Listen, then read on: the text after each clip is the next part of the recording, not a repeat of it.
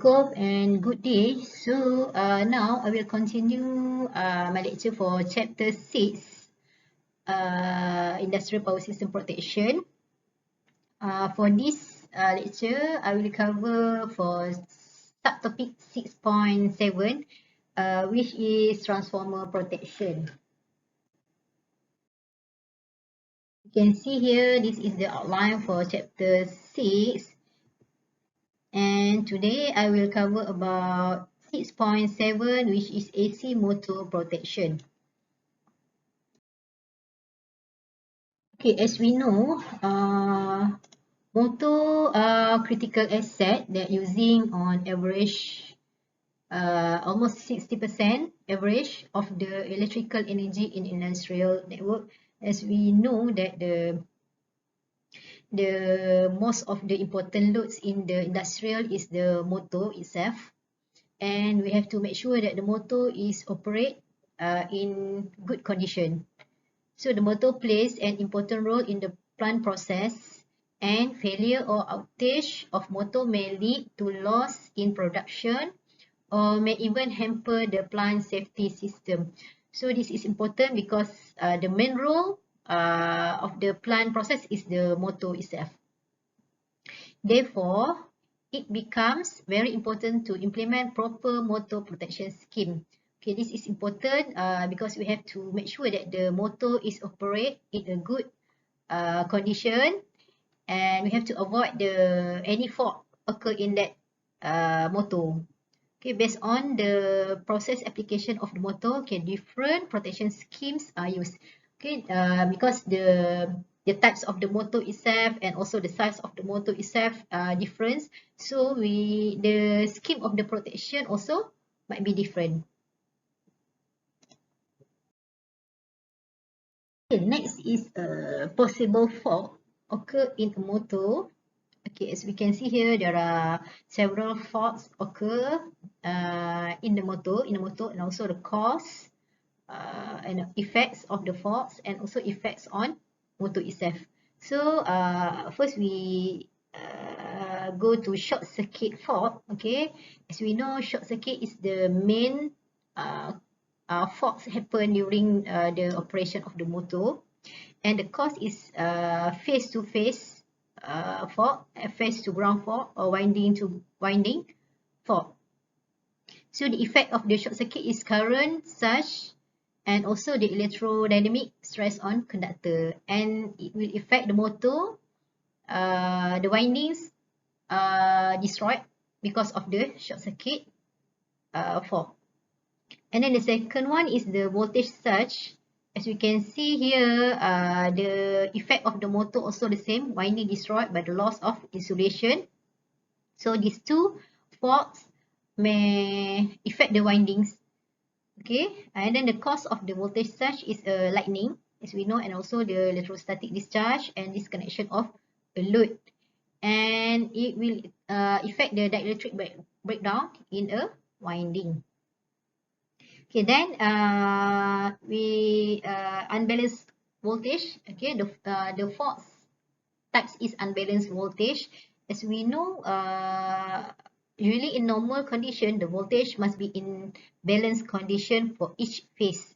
So, but when fault occur for unbalanced voltage, it will decrease of the available torque and also increase the losses, and it will cause the motor to be overheat.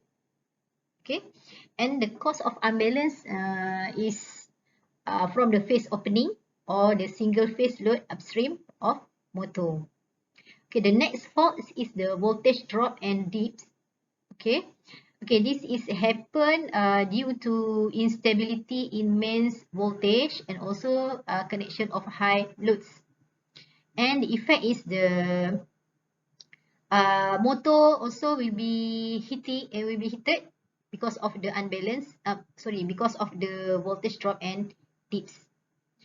Okay, the next fault is harmonics. As we can see that the harmonics is caused by the main supply pollution by non-linear loads. Okay, and then it also affect the motor overheating here. Okay, the next fault is starting too long, okay, means that the motor is starting too long to be in normal condition. Okay, it causes too high a resistance torque and also voltage drop. So because of this fault, it will affect the motor that the starting time of the motor will be increased and will cause overheating. Okay, the next fault is locking, which is caused by mechanical problems and effects is overcurrent and also overheating. And the last fault is overload. Okay, this one's caused by increase in resistance torque and voltage drop, and it will affect higher current consumption to the system, so it may overheat the motor. Okay, here is the common motor protection. Okay, as we can see here, the protection for the motor is we use slope.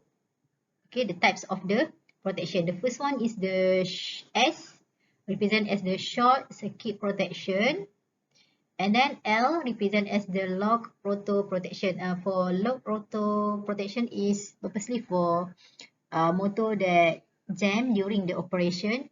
So that is the purpose of this protection. Okay, then we have overload protection. Okay, this one is for motor running with or an overload during the process.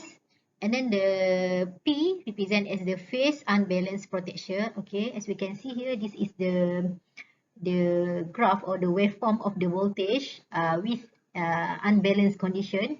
As you can see here that V3, this one the yellow one is represent as the V max, and the V minimum represent with the blue line.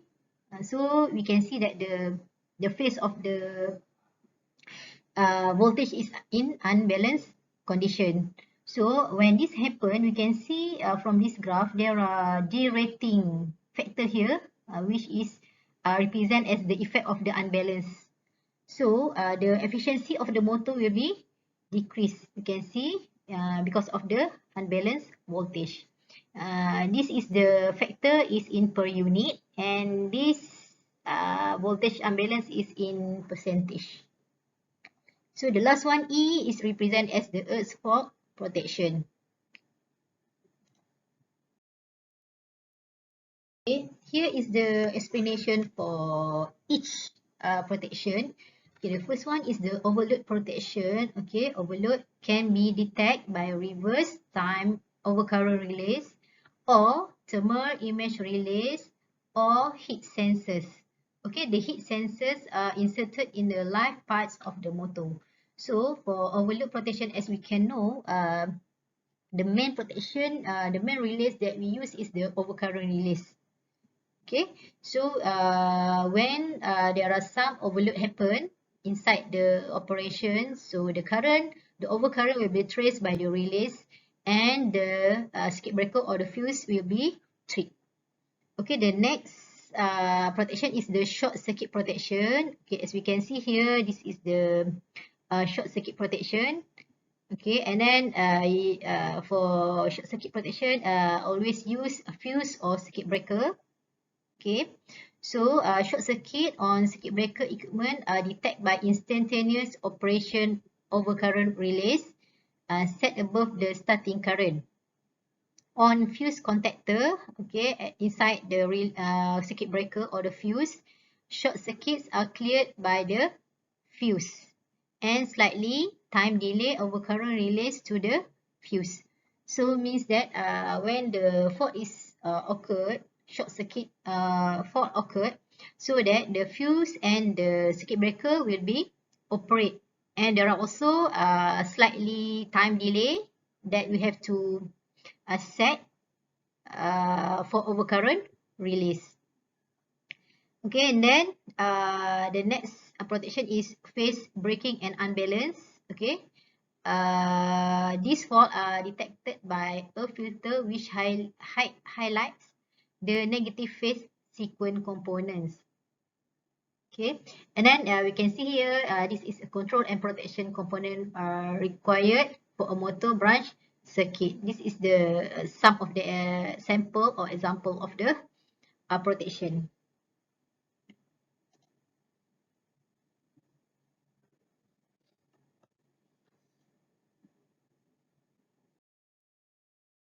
This is the earth fault protection. Okay, longitudinal earth leakage protection provide protection against faults between windings of different phase.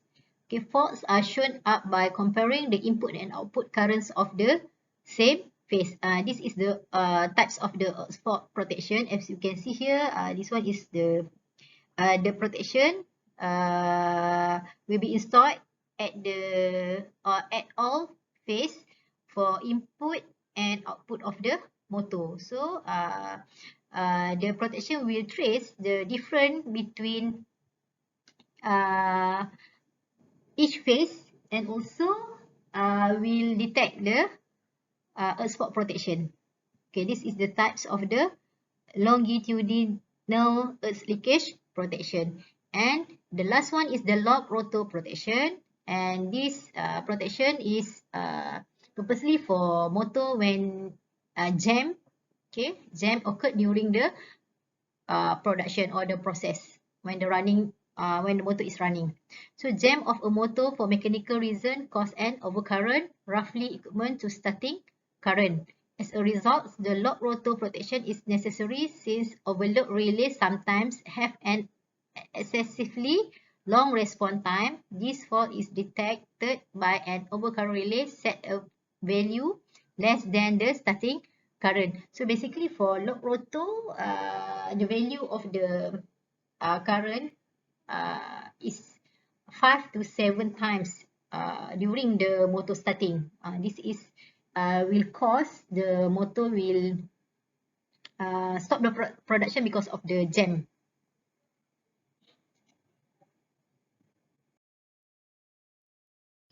Okay, next is the AC motor protection configurations. Okay, this is the examples of the protection scheme of the AC motor.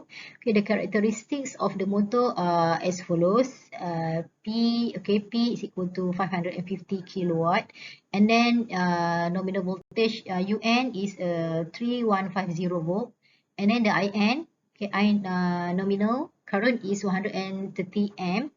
And ID is 5 times IN. IN is a nominal current. Okay, the contactor is of the roll-up fuse types. Okay, this is the scheme of the protection. Okay, the types of the protection device. First, we see thermal relays with indirect tripping. Set at IN is equal to 130 M for overloads. So as we can see here, the Y axis is the time.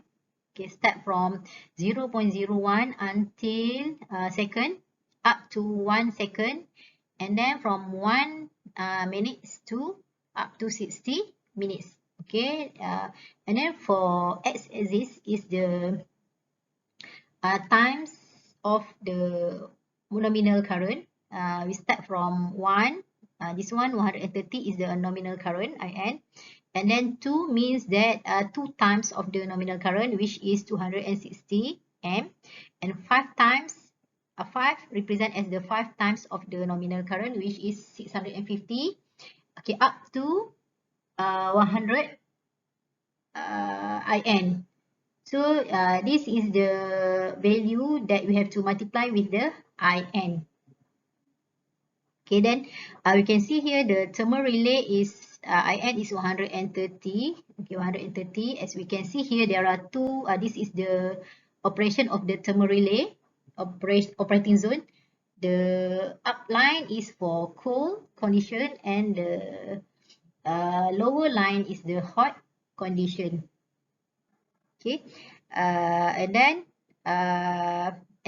we can see here that the 160, 130, okay, operation, and the duration of the thermal relay is up to 3 minutes up to 60 minutes.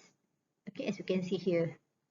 Okay, then is the positive phase sequence component release set at 6 IN. Time delay at 0.05 second for balance faults.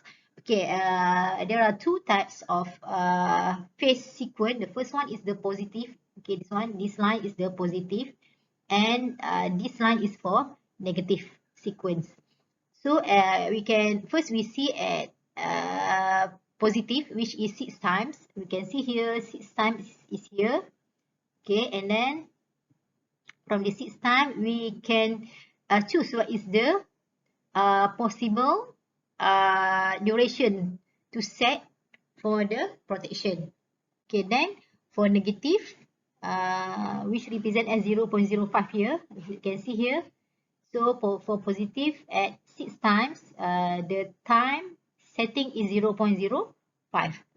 For negative phase, the set time, the set current is 0.3 up to 0.4. So here, okay, very low current, and the time delay is 0.6, as we can see here. So the time delay is almost 0.6. That's the value that we have set for the protection. Okay, then we can see the next protection is unbalanced, which is 0.3 times up to 10 times of the nominal. So here up to 10. So this is the zone for the unbalanced protection. Okay, then for balanced protection, 6 up to 228. So this one is for balanced protection. Okay, the fuse only takes action beyond 15 IN for unbalanced fault and 25 IN for balanced fault. This is the fuse. Okay, then the last one is the maximum current the contactor may have to break is 28 IN, which is 3640 M.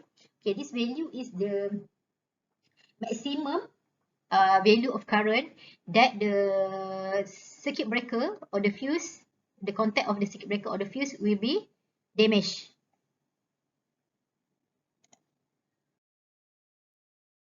For part 6.7 motor protection, that's all. Thank you.